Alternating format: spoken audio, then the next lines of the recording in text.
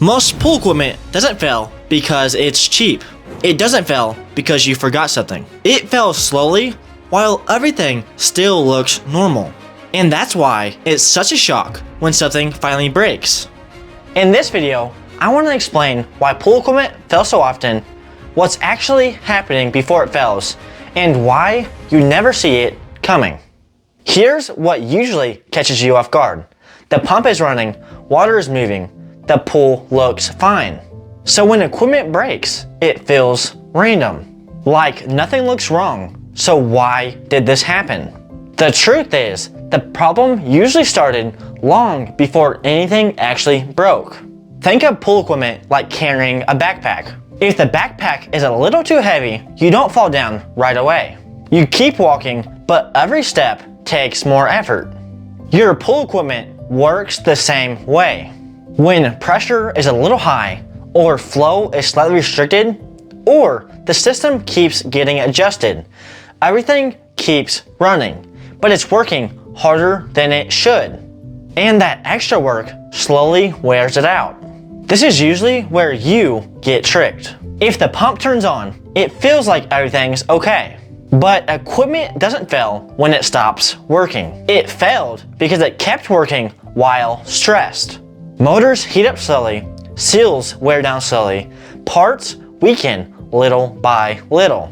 By the time something stops, the damage already happened. The warning signs are small. A sound that's slightly different, pressure that keeps creeping up, flow that's okay, but not what it used to be. Nothing looks broken, so you adjust things, trying to keep the pool looking right. You're not fixing a problem, you're fixing how uncomfortable it feels to leave something alone. Pool equipment lasts the longest when days are boring. Same flow, same pressure, same routine. Boring is good. What shortens lifespan is constant change. Not because you're careless, but because the system never gets a chance to settle. Equipment wears out faster when it's always reacting. Here's the part most people miss. Pool equipment doesn't fail because it's weak. It fails because it's being pushed without you realizing it.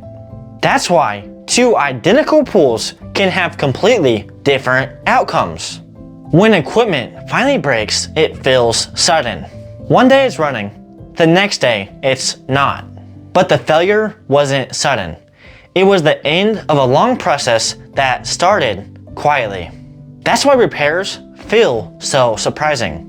This doesn't mean you need to watch your pool all the time. It means understanding what actually matters. Stable systems, fewer changes, letting things settle instead of reacting right away. When you do that, something important happens. The pressure stops creeping up. The equipment stops fighting itself, and small issues stop turning into big failures. Not because you did more, but because you finally stopped pushing the system. Most pool owners never hear this because no one actually explains what doing too much actually looks like. If this helped you realize why pool equipment failures aren't random, I made another video about how I realized that I was overthinking pool care, even when nothing was actually wrong. It's about the things I was doing that felt responsible, but were actually creating instability. That video shows how I stopped overthinking it and why everything became easier once I did. That's the next video you should watch. It connects directly to this one.